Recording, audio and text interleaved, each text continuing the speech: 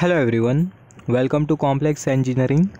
तो अभी हम लोग बात करने वाले आरओसी के बारे में, जिसका फुल फॉर्म होता है रीजन ऑफ कन्वर्जेंस। तो रीजन ऑफ कन्वर्जेंस एक ऐसा रेंज होता है जिस रेंज में जो ट्रांसफॉर्म होता है वो एब्सोल्युटली इंटीग्रेबल होता है, या फिर बोल सकते हैं जो ट्रांसफॉर्म होता है वो फाइनाइट होता है। और ट्रांसफॉर्म अगर फाइनाइट होता है तो उस केस में जो ट्रांसफॉर्म होगा उसको हम लोग इवेल्युएट कर लेते हैं। तो इन सिंपल वर्ड, जो रीजन ऑफ कन्वर्जेंस होता है वो एक ऐसा रेंज होता है या फिर एक ऐसा रीजन होता है जिस रेंज में या फिर जिस रीजन में जो ट्रांसफॉर्म होता है उसको हम लोग इवेल्युएट कर लेते हैं। तो region of convergence of x of S है क्या? यह है Laplace transform signal X of T का। Region of convergence of x of S for signal X of T. हम लोग ऐसा भी बोल सकते हैं region of convergence of Laplace transformation of signal X of T. It is a range of sigma, या फिर हम लोग ऐसा भी बोल सकते हैं region of convergence of x of S of Laplace transform for signal X of T is defined as the range of sigma और real value of S plane for which the Laplace transform of x of t signal or equivalently Fourier transform of x of t into e to the power minus sigma t convergence। मतलब reason of convergence एक ऐसी range होती है जिस range में जो sigma होता है, जिस रेंज में मतलब किसकी रेंज होती है? सिग्मा की रेंज होती है, या फिर बोल सकते हैं रियल एक्सिस ऑफ एस उसकी रेंज होती है। हमने कंसिडर किया था दो एक्सिस, एक इमेजिनरी एक्सिस और एक रियल एक्सिस, और जो रियल एक्सिस होती है वही आरओसी को डिफाइन करती है।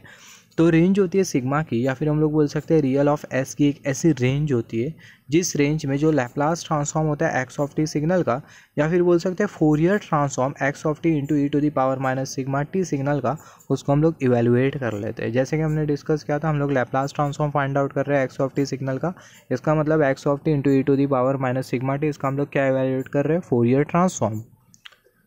तो यहाँ पर अभी अगर हम लोग देखें रीजन ऑफ कन्वर्जेंस, किसी भी रीजन ऑफ कन्वर्जेंस को आप किस तरीके से बोलोगे? आपको अगर एक्सटर्नल पूछ रहा है तो रीजन ऑफ कन्वर्जेंस एक ऐसी रेंज होती है सिग्मा की, और फिर बोल सकते हैं रियल ऑफ एस की एक ऐसी रेंज होती है जिस रेंज में जो लैप्लास ट्रांसफॉर्म होता है, या फिर इक्विवेलेंटली बोल सकते हैं Fourier transform x of t into e to the power minus sigma t का हम लोग इवेल्युएट कर लेते हैं।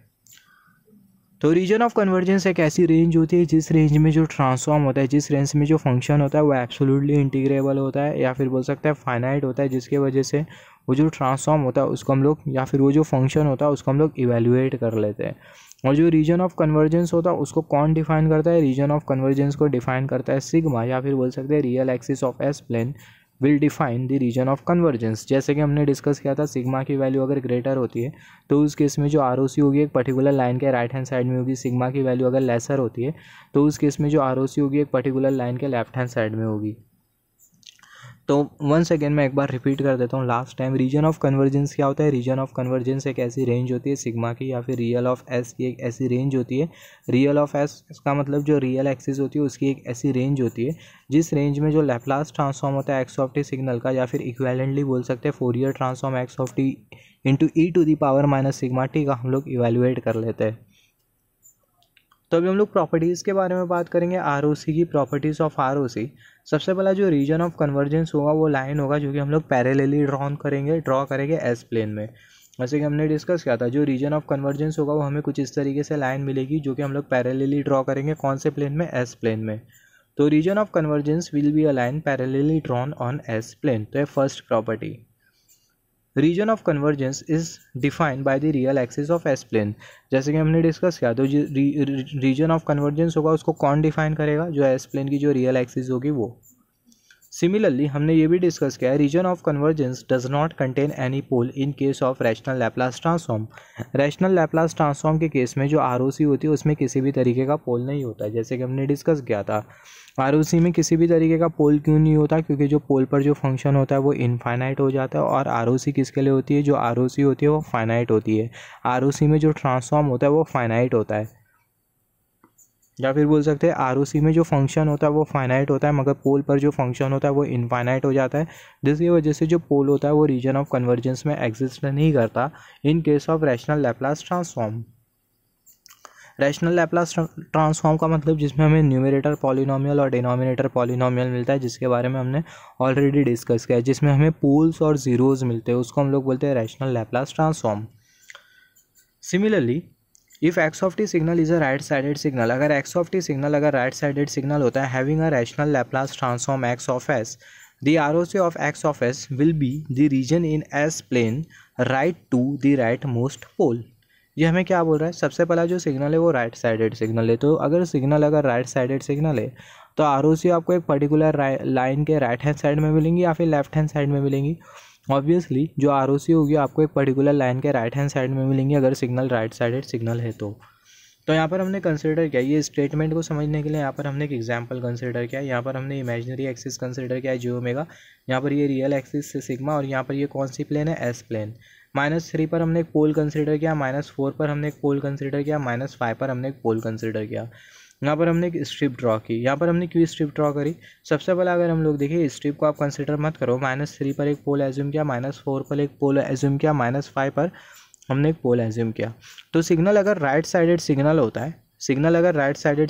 है, तो उस केस में जो ROC होगी वो राइट साइड में होगी राइट मोस्ट पोल के। आप इतना ही कंसिडर करो, सिग्नल अगर राइट साइडेड सिग्नल होता है तो जो ROC होगी वो राइट में होगी, कौन से, राइट मोस्ट पोल के। तो आपको राइट मोस्ट पोल कौन सा दिखाई दे रहा है, ये वाला पोल दिखाई दे रहा है। तो जो ROC होगी ये वाले पोल के राइट साइड में होगी, राइट मोस्ट पोल के राइट हैंड साइड में होगी। तो जो ROC हमें जो मिलेगी वो हमें कुछ इस तरीके से मिलेगी। यहाँ पर हमें मिलेगा रीजन ऑफ कन्वर्जेंस। तो रीजन ऑफ कन्वर्जेंस हमें यहाँ पर ही क्यों मिल रहा है, यहाँ पर अभी अगर हम लोग देखें ROC ये जो -3 पर जो पोल है वहाँ से स्टार्ट हो रही है, राइट।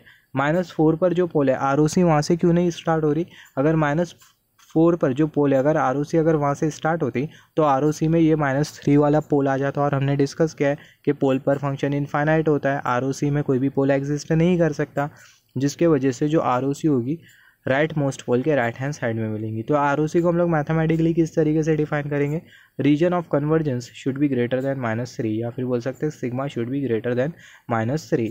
आपको जब भी राइट साइडेड सिग्नल मिलेगा तो आपको सिग्मा ग्रेटर ही कंसिडर करना, आपको इतना यहाँ पर सोचने की ज़रूरत भी नहीं है।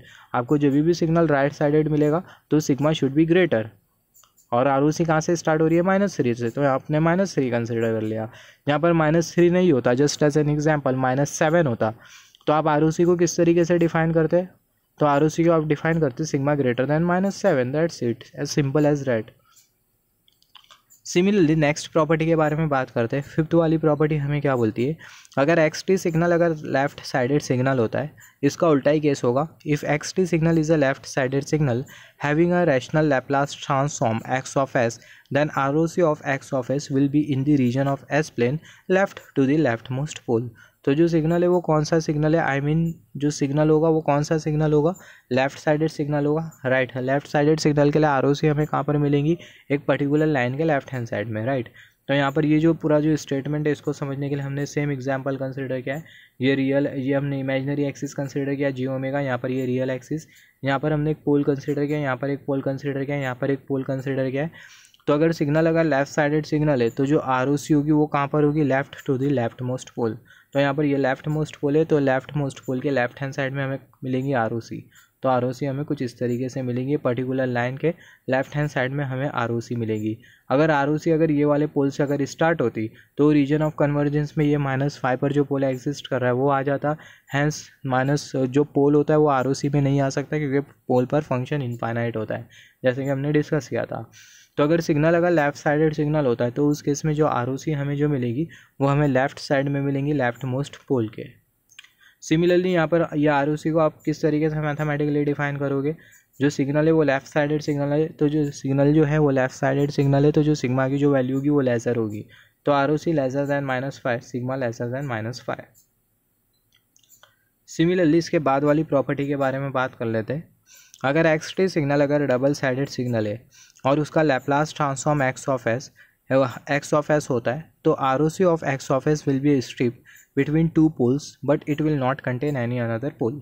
मतलब ये स्टेटमेंट हमें क्या बोल रहा है, अगर सिग्नल अगर डबल साइडेड सिग्नल है तो जो ROC हमें जो मिलेंगी एक पर्टिकुलर लाइन के राइट हैंड साइड में भी होगी और एक पर्टिकुलर लाइन के लेफ्ट हैंड साइड में भी होगी। सिग्नल डबल साइडेड सिग्नल है तो जो सिग्नल होगा वो t 0 t 0 दोनों के लिए एग्जिस्ट करेगा।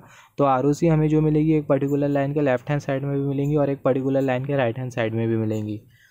तो यहाँ पर हमने एक एग्जाम्पल कंसिडर किया, यहाँ पर हमने एक पोल कंसिडर किया और यहाँ पर हमने एक पोल कंसिडर किया है।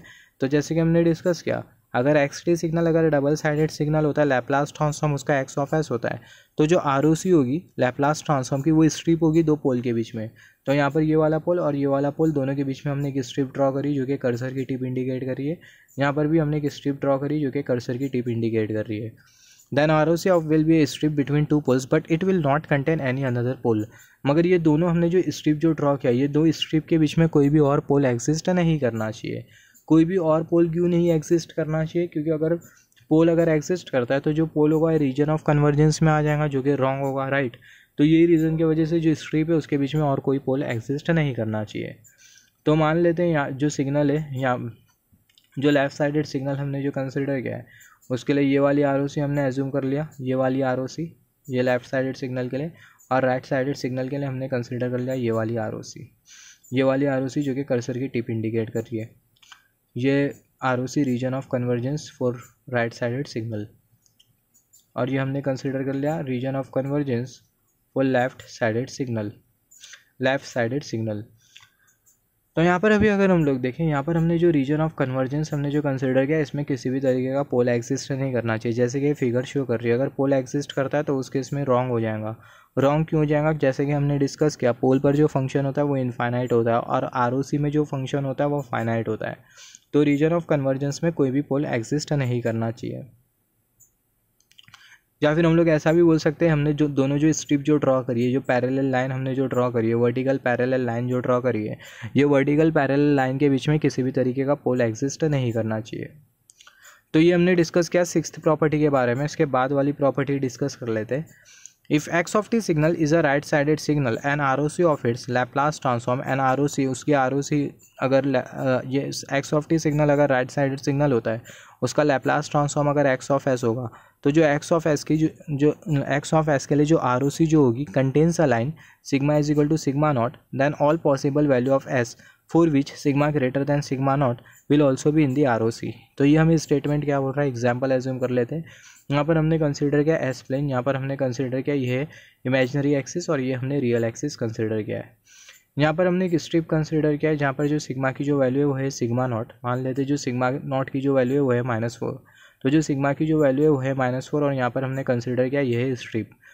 तो यहाँ पर अभी अगर हम लोग देखें जो सिग्नल है वो राइट साइडेड सिग्नल है, तो राइट साइडेड सिग्नल के लिए जो आर ओ सी होगी वो कहाँ से कहाँ तक की होगी, लेफ्ट हैंड साइड से राइट हैंड साइड की तरफ होगी आर ओ सी।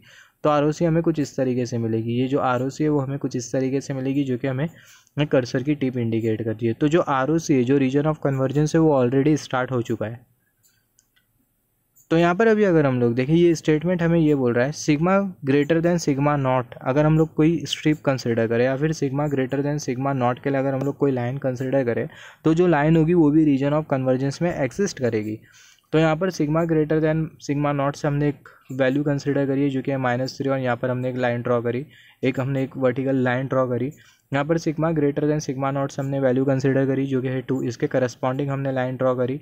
यहाँ पर sigma greater than sigma naught से हमने एक वैल्यू कंसिडर करी, सिग्मा नॉट से ग्रेटर हमने एक वैल्यू कंसिडर करी है जो कि है 1 और यहाँ पर हमने उसके करस्पॉन्डिंग लाइन ड्रॉ करी।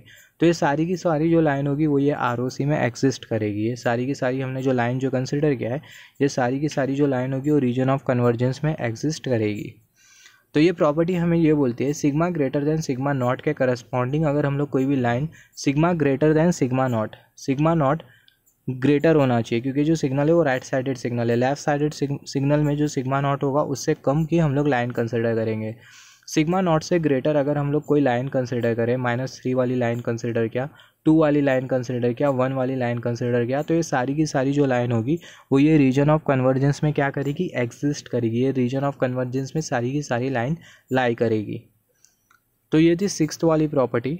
इसके बाद वाली जो प्रॉपर्टी है वो हमें क्या बोलती है, एक्स ऑफ टी सिग्नल अगर लेफ्ट साइडेड सिग्नल है, if x of T signal is a left sided signal and R O C of its Laplace transform x of s contains a line sigma is equal to sigma not then for all possible value of S for which sigma lesser than sigma not will also be there in the R O C. Same example है, यहाँ पर हमने imaginary axis consider किया और यहाँ पर ये real axis. यहाँ पर हमने स्ट्रिप कंसिडर किया sigma is equal to sigma naught और जो सिग्नल है वो लेफ्ट साइडेड सिग्नल है, तो जो आर ओ सी होगी वो ऑलरेडी कहीं से स्टार्ट हो गई होगी। तो जो सिग्नल है वो लेफ्ट साइडेड सिग्नल है, तो आर ओ सी हमें कुछ इस तरीके से मिल रही है, आर ओ सी हमें कुछ इस तरीके से मिल रही है जो कि हमें कर्सर की टिप इंडिकेट कर रही है, हमने कंसिडर किया आर ओ सी। तो जो आर ओ सी है यहाँ पर, ये जो हमने जो आर ओ सी जो कंसिडर किया है वो राइट हैंड साइड से लेफ्ट हैंड साइड की तरफ है। क्यों? क्योंकि जो सिग्नल है वो लेफ्ट साइडेड सिग्नल है। यहाँ पर हमें क्या दिया हुआ है, जो सिग्नल है वो लेफ्ट साइडेड सिग्नल है। तो यहाँ पर अभी अगर हम लोग देखें, यहाँ पर हमने एक स्ट्रिप कंसिडर करी है जो कि है sigma is equal to sigma naught. ये स्ट्रिप के लिए यहाँ पर हमने जो लाइन जो कंसिडर किया है, यहाँ पर जो सिग्मा की जो वैल्यू है वो कितनी है, ये लाइन के लिए जो सिग्मा की जो वैल्यू है वो है sigma is equal to sigma naught. Sigma naught से अगर हम लोग कम की अगर कोई लाइन कंसिडर करें तो सारी की सारी जो लाइन होगी वो ये आर ओ सी में एग्जिस्ट करेगी। तो यहाँ पर ये जो सिग्मा की जो वैल्यू होगी वो होगी -5, सिग्मा नॉट की जो वैल्यू होगी वो होगी -5। तो यहाँ पर ये जो लाइन होगी वो भी एग्जिस्ट करेगी। यहाँ पर ये वाली लाइन के लिए जो सिग्मा की जो वैल्यू है वो है -6, आई मीन सिग्मा नॉट की जो वैल्यू है वो है -6। तो ये वाली जो लाइन होगी वो भी एग्जिस्ट करेगी। मतलब sigma not less than sigma not के कंपैरिजन में अगर हम लोग कोई लाइन अगर हम लोग एज्यूम करें, सिग्मा नॉट से लेसर अगर हम लोग कोई लाइन अगर कंसिडर करें, तो जो लाइन होगी वो सारी की सारी जो लाइन होगी ये आर ओ सी में एग्जिस्ट करेगी, जो कि हमें ये वाली प्रॉपर्टी बोलती है। सिमिलरली इसके बाद वाली जो प्रॉपर्टी है वो हमें ये बोलती है, अगर x of T signal, if x of T signal is a finite duration signal, then R O C of x of s, तो जो आर ओ सी होगी लैप्लास ट्रांसफॉर्म की ये सिग्नल के, will be the entire s plane except possible removal of sigma is equal to 0 and और ±∞। ये हमें क्या बोलती है प्रॉपर्टी, अगर एक्स ऑफ टी सिग्नल अगर फाइनाइट ड्यूरेशन सिग्नल है, फाइनाइट ड्यूरेशन के लिए अगर एग्जिस्ट कर रहा है, तो उसके लैप्लास ट्रांसफॉर्म की जो आर ओ सी होगी वो एंटायर एस प्लेन होगी। एंटायर एस प्लेन होगी, इसका मतलब सिग्मा की हर एक वैल्यू के लिए जो ट्रांसफॉर्म होगा उसको हम लोग इवेल्युएट कर पाएंगे।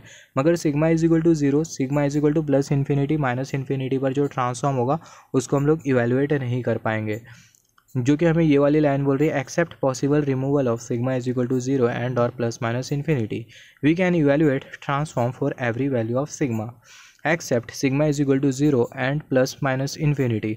तो एक्स ऑफ टी सिग्नल अगर फाइनाइट ड्यूरेशन सिग्नल होता है तो उसके लैप्लास ट्रांसफॉर्म की जो आर ओ सी होगी वो एंटायर एस प्लेन होगी। X of T signal finite duration अगर सिग्नल होता है तो उसके Laplace transform x of S की जो आर ओ सी होगी वो एंटायर एस प्लेन होगी। मतलब सिग्मा की हर एक वैल्यू पर जो ट्रांसफॉर्म होगा उसको हम लोग इवेल्युएट कर पाएंगे, मगर sigma is equal to 0, sigma is equal to ±∞ पर जो ट्रांसफॉर्म होगा उसको हम लोग इवेल्युएट नहीं कर पाएंगे। तो यहाँ पर इसका एक एग्जांपल कंसिडर करें, मान लेते हैं एक्स ऑफ टी जो सिग्नल है वो है डेल टी। तो ये डेल टी का अगर लैप्लास ट्रांसफॉर्म ले तो हमें कौन सा सिग्नल मिलता है, हमें मिलता है कांस्टेंट सिग्नल 1, फ्रीक्वेंसी डोमेन में हमें कांस्टेंट सिग्नल मिलता है। तो इसकी आर ओ सी जो होती है वो एंटायर एस प्लेन होती है। एंटायर एस प्लेन का मतलब क्या होता है, सबसे पहला जो आर ओ सी होगी वो किसके ऊपर इंडिपेंडेंट होगी, आर ओ सी जो होगी वो एस प्लेन के ऊपर इंडिपेंडेंट होगी, और जो आर ओ सी में किसी भी तरीके का पोल नहीं होगा, जिसके वजह से जो ट्रांसफॉर्म होगा वो फाइनाइट होगा, जिसके बारे में हमने बहुत बार डिस्कस किया है। और जो आर ओ सी है, जैसे कि हमने डिस्कस किया, हम लोग ट्रांसफॉर्म को इवेल्युएट कर पाएंगे सिग्मा की हर एक वैल्यू के लिए। तो जो आर ओ सी है उसको हम लोग एस प्लेन में कहीं पे भी ड्रॉ कर सकते हैं, जिसको हम लोग दूसरे वर्ड में बोल रहे हैं कि जो हम लोग जो ट्रांसफॉर्म है उसको हम लोग इवेल्युएट कर सकते हैं सिग्मा की किसी भी वैल्यू के लिए। तो एंटायर एस प्लेन का मतलब ये होता है कि जो आर ओ सी होगी वो एस के ऊपर इंडिपेंडेंट होगी, एस प्लेन के ऊपर इंडिपेंडेंट होगी, और उसमें किसी भी तरीके का पोल नहीं होगा, जिसकी वजह से ट्रांसफॉर्म फाइनाइट होगा। और जो आर ओ सी है उसको हम लोग कहीं पे भी ड्रॉ कर सकते हैं एंटायर एस प्लेन में, या फिर सिग्मा की हर एक वैल्यू के लिए जो ट्रांसफॉर्म होगा उसको हम लोग इवेल्युएट कर सकते हैं। तो ये थी लास्ट वाली प्रॉपर्टी जो कि थी 8 प्रॉपर्टी। इसके बाद हम लोग बात करने वाले प्रॉपर्टीज़ इन लैप्लास ट्रांसफॉर्म। जैसे कि हमने डिस्कस किया था, लीनियरिटी प्रॉपर्टी होती है, time shifting, time reversal property होती है। तो सारी प्रॉपर्टीज़ के बारे में हम लोग बात करेंगे इन केस ऑफ लैप्लास ट्रांसफॉर्म।